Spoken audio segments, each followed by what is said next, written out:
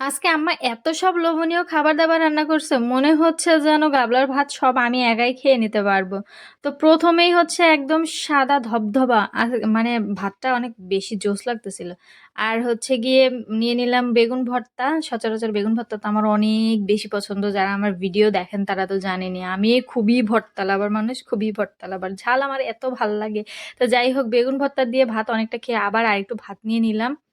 এরপরেই নিয়ে নিলাম হচ্ছে মুরগি ভুনা। আর এই মুরগি ভুনাটা করছিল হচ্ছে আমার ফুবু। সে দিয়ে গেছে দুপুরবেলা খাবার জন্য। তো মুরগি ভুনাটা এত লোভনীয় হয়েছিল মাশাল্লাহ, অনেক টেস্ট লাগছে। মানে ঝালে লবণে চড়ায় একদম মুখে লেগে থাকার মতো একটা টেস্ট। মাংসটা শেষ করে প্লেটে নিয়ে নিলাম হচ্ছে গিয়ে রুই মাছ দিয়ে বেগুন আলু দিয়ে রান্না করা তরকারি, যা ছোট বোন স্পেশাল করে রান্না করছিল। তো যাই হোক ছোট বোনের রান্নাটাও অনেক মজা হয়েছে। সবার রান্নারই প্রশংসা করতে হয়। তারপরে যখন ছোট বোন ভিডিওটা দেখবে তখন বলবে, কেন আপু তুমি আমার রান্নার প্রশংসা করোনি? আমার রান্না কি তোমার কাছে মজা লাগেনি, ভালো লাগেনি? না, অবশ্যই ভালো লাগছে। আসলেই অনেক মজা হয়েছিল। আলহামদুলিল্লাহ, আজকের মতো খাবার দাবার এই